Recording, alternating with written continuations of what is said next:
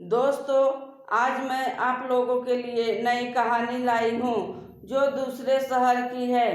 वह अकेली ट्रेन से सफ़र करने वाली थी। तत्काल रिजर्वेशन का टिकट नहीं मिला था तो चालू डिब्बे में ही बैठना पड़ा। तभी एक जाना पहचाना चेहरा दिखा, मगर भीड़ इतनी थी कि वह जैसे तैसे करके आया और मेरे पास ही खाली जगह पर बैठ गया। वह ना मेरी तरफ देखा, ना पहचानने की कोशिश की। कुछ दूरी बनाकर चुपचाप बैठ गया। मैंने तिरछी नज़र से उसे देखा तो उम्र के इस मोड़ पर भी कम वक्त वैसा का वैसा ही था। फिर उसने जेब में से चश्मा निकाला और मोबाइल में लग गया। चश्मा देखकर मुझे कुछ आश्चर्य हुआ। उम्र का यही एक निशान उस पर नजर आया था कि आंखों पर चश्मा चढ़ गया था। चेहरे पर और सर पे मैंने सफ़ेद बाल खोजने की कोशिश की, मगर मुझे नहीं दिखे। मैंने जल्दी से अपने सर पर साड़ी का पल्लू डाल लिया, क्योंकि सफ़ेद बाल मेरे सर पे इतने ज़रूर थे कि गौर से देखो तो नज़र आ जाए। मैं उठकर बाथरूम गई और वापस अपनी जगह पर आई तो वो साहब तो खिड़की की तरफ से मेरा बैग सरकाकर खुद खिड़की के पास बैठ गए थे। मुझे पूरी तरह देखा भी नहीं, बस बिना देखे ही कहा, सॉरी, भाग कर चढ़ा था तो पसीना आ गया था, थोड़ा सूख जाए फिर अपनी जगह पर बैठ जाऊंगा। उसकी यही बात हमेशा मुझे बुरी लगती थी। फिर भी न जाने उसमें ऐसा क्या था कि आज तक मैंने उसे नहीं भुलाया। मैंने सोचा शायद अभी तक गौर नहीं किया, पहचान लेगा। थोड़ी मोटी हो गई हूँ, शायद इसलिए नहीं पहचान पा रहा था। मैं उदास हो गई। जिस शख्स को जीवन में कभी भुला ही नहीं पाई, उसको मेरा चेहरा ही याद नहीं। मैं शादीशुदा हूँ, जानती थी इसके साथ रहना मुश्किल है, मगर इसका मतलब यह तो नहीं कि अपने ख्यालों को, अपने सपनों को जीना छोड़ दूँ। एक तमन्ना थी कि कुछ पल खुल के उसके साथ गुजारूं। माहौल दोस्ताना ही हो, मगर हो तो सही। आज जो शख्स पास में बैठा था, जिसे स्कूल टाइम से मैंने दिल में बसा रखा था, सोशल मीडिया पर उसके सारे अकाउंट चोरी छुपे देखा करती थी। उसकी हर कविता, हर शायरी में खुद की खोज करती थी। वह तो आज पहचान ही नहीं रहा था, पर हाँ, वो हमेशा मेरी केयर करता था और मैं उसकी केयर करती थी। कॉलेज छूटा तो मेरी शादी हो गई और वो फौज में चला गया। फिर उसकी शादी हुई। जब भी गांव गई उसकी सारी खबर ले लेती थी। बस ऐसे ही जिंदगी गुजर रही थी। आधे घंटे से ऊपर हो गया था। वो आराम से खिड़की के पास बैठा मोबाइल में लगा था। देखना तो दूर, चेहरा भी ऊपर नहीं किया। तभी अचानक टीटी आ गया। सबसे टिकट पूछ रहा था। मैंने अपना टिकट दिखा दिया। उससे पूछा तो उसने कहा नहीं है। टीटी बोला फाइन लगेगा। वो बोला लगा दो। टीटी बोला कहाँ का टिकट बनाऊं? उसने जल्दी से जवाब नहीं दिया। मेरी तरफ देखने लगा। मैं कुछ समझी नहीं। उसने मेरे हाथ में थमी टिकट को गौर से देखा, फिर टीटी से बोला बनारस। टीटी ने बनारस का टिकट बनाकर दी और पैसे लेकर चला गया। वह फिर से मोबाइल में व्यस्त हो गया। आखिर मुझसे रहा नहीं गया। मैंने पूछ ही लिया, बनारस में कहाँ रहते हो? वह मोबाइल में नज़र गड़ाए हुए ही बोला कहीं नहीं। वह चुप हो गया तो मैं फिर बोली, किसी काम से जा रहे हो? वह बोला, हाँ। कुछ देर चुप रहने के बाद फिर मैंने पूछ ही लिया, वहाँ शायद आप नौकरी करते हो?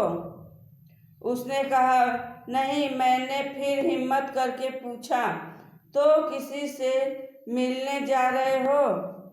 वह बोला, नहीं। आखिरी जवाब सुनकर मेरी हिम्मत नहीं हुई कि और भी कुछ पूछूं। अजीब आदमी था, बिना काम सफर कर रहा था। मैं भी मुंह फेर कर अपने मोबाइल में लग गई। कुछ देर बाद खुद ही बोला, ये भी पूछ लो क्यों जा रहा हूँ बनारस।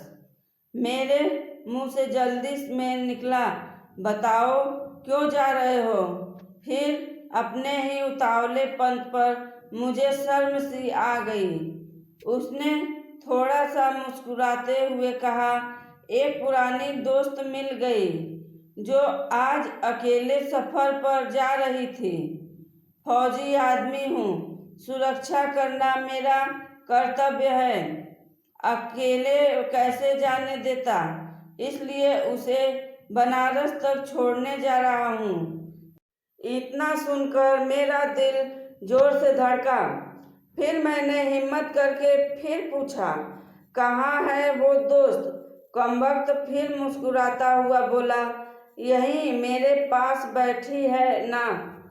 इतना सुनकर मेरे सब कुछ समझ में आ गया कि उसने टिकट क्यों नहीं लिया, क्योंकि उसे तो पता ही नहीं था मैं कहाँ जा रही हूँ। सिर्फ और सिर्फ मेरे लिए वह दिल्ली से बनारस का सफ़र कर रहा था। जानकर इतनी खुशी मिली कि आंखों में आंसू आ गए। तो वह बोला, रो क्यों रही हो? मैं बस इतना ही कह पाई, तुम मर्द हो, नहीं समझ सकते। वह बोला, क्योंकि थोड़ा बहुत लिख लेता हूँ, इसलिए एक कवि और लेखक भी हूँ, सब समझ सकता हूँ। मैंने खुद को संभालते हुए कहा, शुक्रिया मुझे पहचानने के लिए और मेरे लिए इतना टाइम निकालने के लिए। वह बोला, प्लेटफार्म पर अकेली घूम रही थी, कोई साथ नहीं दिखा तो आना पड़ा। कल ही रक्षाबंधन था, इसलिए बहुत भीड़ है। तुमको यूं अकेले सफ़र नहीं करना चाहिए। क्या करती, उनको छुट्टी नहीं मिल रही थी और भाई यहाँ दिल्ली में आकर बस गए हैं। राखी बांधने तो आना ही था, मैंने मजबूरी बताई। वह फिर बोला, तो पति को तो समझना चाहिए, उनकी बहुत बिजी लाइफ है, मैं ज़्यादा डिस्टर्ब नहीं करती। और आजकल इतना खतरा नहीं रहा, कर लेती हूँ मैं अकेले सफ़र। तुम अपनी सुनाओ, कैसे हो? अच्छा हूँ, कट रही है जिंदगी। मेरी याद आती थी क्या? मैंने हिम्मत करके पूछा। वो चुप हो गया, फिर कुछ नहीं बोला। तो मैं फिर बोली, सॉरी, यूं ही पूछ लिया। उसने शर्ट की बाजू की बटन खोलकर हाथ में पहना वो तांबे का कड़ा दिखाया जो मैंने ही फ्रेंडशिप डे पर उसे दिया था। बोला, याद तो नहीं आती, पर कमबख्त ये तेरी याद दिला देता था। कड़ा देखकर दिल को बहुत सुकून मिला। मैं बोली, कभी संपर्क क्यों नहीं किया? वह बोला, डिस्टर्ब नहीं करना चाहता था। तुम्हारी अपनी जिंदगी है और मेरी अपनी जिंदगी है।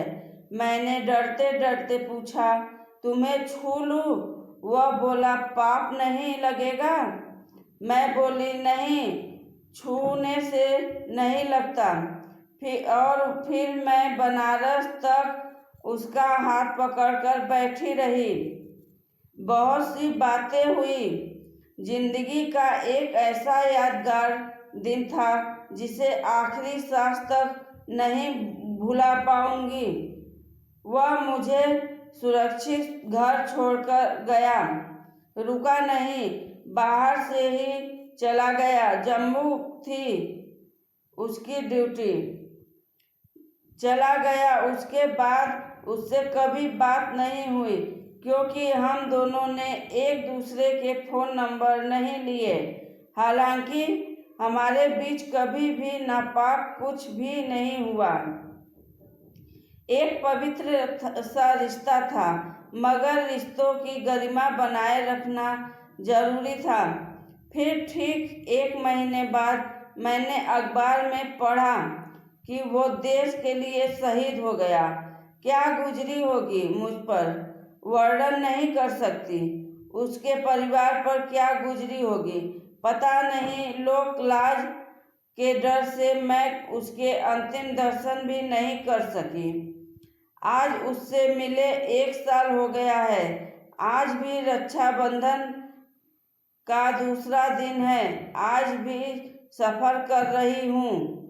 दिल्ली से बनारस जा रही हूँ। जानबूझकर जनरल डिब्बे का टिकट लिया है मैंने। एक सफ़र वो था जिसमें कोई हमसफ़र था। एक सफ़र आज है जिसमें उसकी यादें हमसफ़र हैं। बाकी जिंदगी का सफ़र जारी है। देखते हैं कौन मिलता है, कौन साथ छोड़ता है। दोस्तों, आज की कहानी अच्छी लगे तो आगे शेयर करें। धन्यवाद।